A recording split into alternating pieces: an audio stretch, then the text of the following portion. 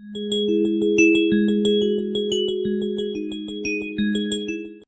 my name is the Lazy Reviewer, and in this video, I'm going to be doing a character dissection on both my Instagram and YouTube accounts of some of the most unlikable movie characters to ever grace the screen. Now, most of these characters are usually the protagonists in their own story, since their path of self-destruction are their main focus, and to be honest, the film's heart and soul. Now, no matter how depraved, pathetic, self-loathing or narcissistic or vile and hateful or morally ambiguous, at the end of the day, they manage to end up gaining the viewer's sympathies. Well, most of them. Anyway, it's thanks to the actors and actresses' performances as these complex characters that manages to keep us intrigued as we see things from their point of view and how they cope with their inner demons and such as depression, alcoholism, or addiction. But we mustn't also not just only thank the actors or actresses for giving these performances, but also for the writers for giving their three-dimensional qualities to their characters as well. So without further ado, here are the most unlikable movie characters in movie history. So today I'm going to dissect Connie Nikas from the Safdie Brothers 2017 underrated masterpiece, Good Time. So in order to do this character dissection of what makes Connie Nikas an unlikable character, I'm going to be exploring Connie through these traits. Number 1, his personality. Number 2, his motivations. And number 3, how he views the world, / how he treats people as well.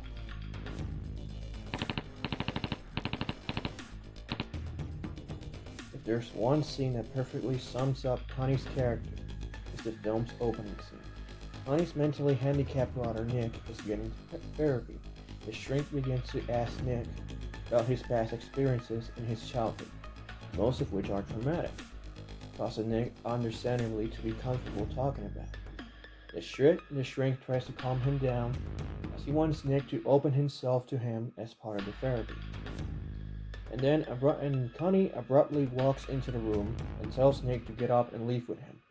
Nick begins to tell him that the shrink was asking him about the pot incident he had with his grandma. Connie threatens the shrink with violence and convinces Nick to leave. The shrink says one of the most important lines of the movie. "Shame on you, Connie, you're not helping him."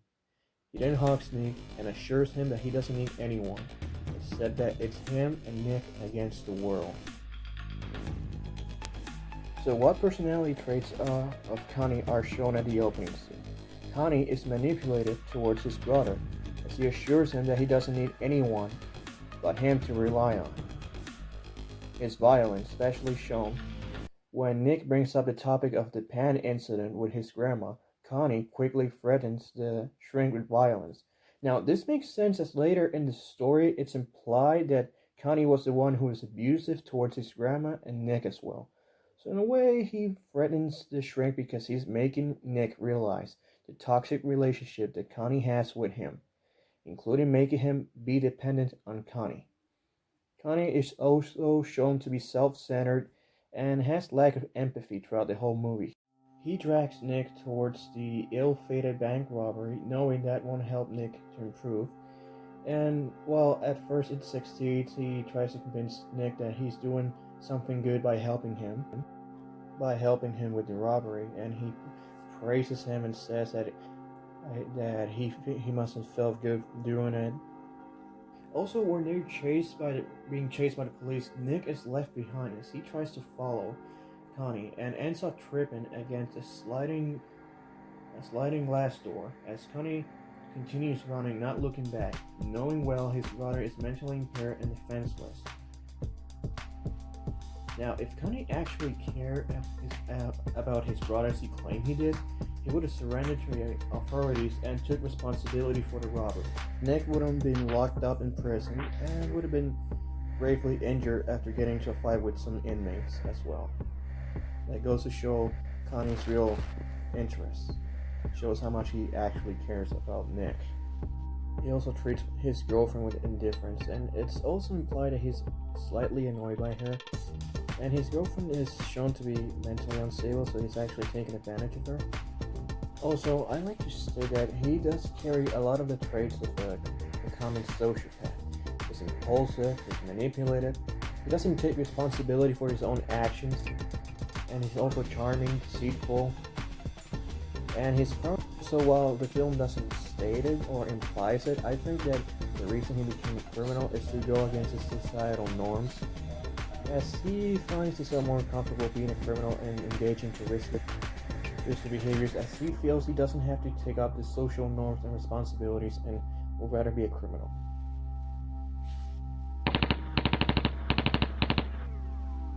Throughout the whole film, Connie's motivations was to get his brother out of jail after their bank robbery gone horribly wrong. He got himself into any scheme that could get himself quick money so he can pay for his brother's bail bond. So that sounds like a simple motivation of Connie since he cares about his brother, right? Wrong! After unsuccessfully trying to rescue his brother from the hospital, he ends up rescuing another guy who turns out to be recently prison parole named Ray, who was involved in a drug deal gone wrong involving a Sprite bottle containing LSD solution worth several $1,000s, which he stashed in an Adventureland amusement park as he was running away from the police. Connie quickly, his eyes widen as he hears this story. He doesn't care about Ray's well-being, but when he hears Ray talks about the amount of cash and the LSD, he realizes his brain begins working all sorts of schemes he could come up with to get the money, so he can actually have the money to pay the bond for his brother, but also have money for himself as well. Showing just how much of a selfish asshole Connie can be. And probably the reason why Connie wanted to rob a bank in the first place was to satisfy his own needs to engage into risky behaviors. And he wanted to find a way to justify himself, and what better way to say he was robbing a bank to support his mentally impaired brother. I mean, that's what sociopaths do. They commit these immoral acts and then they find a way to justify it so they don't have to take responsibility for their own actions. That's what Connie does.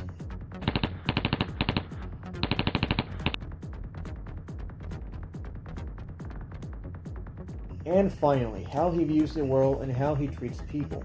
This is the scene where we get to see how Connie views the world and in the way how he treats people. It's all shown in this simple scene where he and Ray are shown waiting for his friend to arrive with the money so they can finally finish the drug deal. And when Ray tries to make some small talk with Connie about his possible prison sentence if he gets caught, Connie begins to lash out and insult Ray, calling him a leech of society, a fuck up, and dependent on government welfare to survive, and calls him a loser too. And then Ray tells him that he ain't better than anybody, that nobody's better than anybody, and Connie, in a most narcissistic tone, says to him that he is and starts laughing. This shows how Connie views himself above everyone else. He thinks he's smart enough to survive anything. He thinks he's not a fuck up. He's not a leech. When on the contrary, he is a leech. He depends on other weak people to survive, especially his brother, his mentally unstable girlfriend, and all those poor sad souls that came into the way of that dreadful night. Shows how Connie is dependent and Connie needs to manipulate and use people in order to survive. Shows him how much of a leech he is too. And he's delusional. He thinks he's better than Ray because he doesn't view himself as a fuck up, as he doesn't view himself as a failure. He thinks he's this very criminal mastermind. He thinks himself is above everyone else, when in the country he keeps fucking up. He's a living fuck up. He keeps messing things up. And he lives in this delusions of grandeur he's the only one who actually knows what he's doing. When Ray tries to get given a reality glimpse, the only thing that Connie says is you don't know what I'm talking about. Also, in this scene, we get to see once again, how Connie uses people as pawns so he can be one step ahead and then he gets rid of them. In this scene, he just seduces a 16-year-old minor after he convinces the minor and her grandma to stay at their house so he can have a place to hide himself and his brother as they're the targets of the manhunt. And ever since she's watching the news, and there's a news report about the bank robbery in which Connie was participating. He decides to seduce her as in order to distract her and all that stuff. And it's fucked up knowing how far is Connie willing to go in order to be one step ahead and to avoid suspicions, and that really trims down the redeemable qualities about Connie, which isn't saying much since Connie's a scumbag, so he doesn't have any redeemable qualities in any way in most parts, so and this right here, it doesn't help. It just makes him look like a more vile and disgusting person, which he is. As stated in the previous scene, Connie has a soft spot for dogs, as he used to view himself in a previous life as a dog. That's why, according to him, he thinks dogs love him so much. Once again showing his narcissistic personality, but throughout the film there's short glimpses where we see Connie petting dogs. First at his unstable girlfriend's house, and then at the security guard's house where the climax takes place. We get to see him always petting dogs. We get to see he is very sensitive towards dogs, as most sociopaths tend to be when it comes about animals. You know, similar to Tony Soprano, who's very sociopathic gangster, and yet he has a soft spot for animals, kind of like Connie here.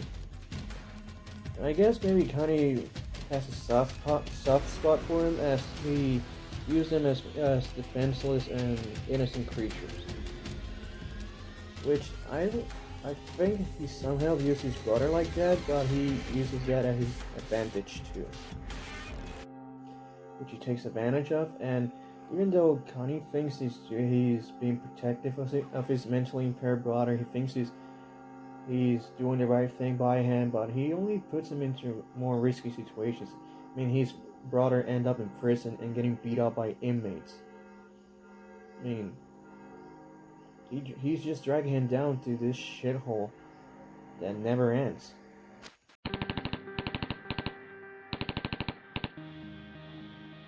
Now, does Connie has any redeemable qualities?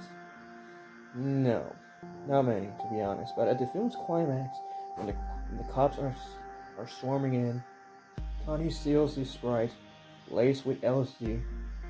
Ray calls for backup in order to retrieve the Sprite, and Connie tries to run away from the police, thinking he can get away with it, but his luck catches up with him. He finally gets caught, and Ray decides to escape from his inevitable fate. And while trying to do so, he stupidly tries to jump outside the window to the next apartment and falls. And then, in one of the most beautiful zoom in shots I ever seen, Connie slowly takes a moment to realize all the awful things he has done, all the chaos he has done in one single night, all the lives he's ruined, his brother, that poor teenage girl and her grandmother, Ray, whose death he inevitably caused. And Connie realizes he was the bad guy all along. Connie realizes that his brother Nick is better off without him. That he has always brought more harm to give when it comes about Nick. He has always thought about himself. He never cared about his brother. As if he did, he would have turned himself in, and none of the film's events would have happened. None of those lives would have been wrong. Now, it's all in Connie's head. Something that will always haunt him forever. And his brother will move on without her. And his brother will move on from Connie's manipulations. And will realize he can have a better life without Connie. And Connie will have a lot of time to think about all the things he have done. See if one day he can forgive himself and move on. So that's all I have to say about this character section of Connie Nikas. So anyways, I hope you guys enjoyed this video. And as usual, if you like this video, hit the like button and subscribe if you want more content like this. My name is the Lazy Reviewer, and thanks for watching.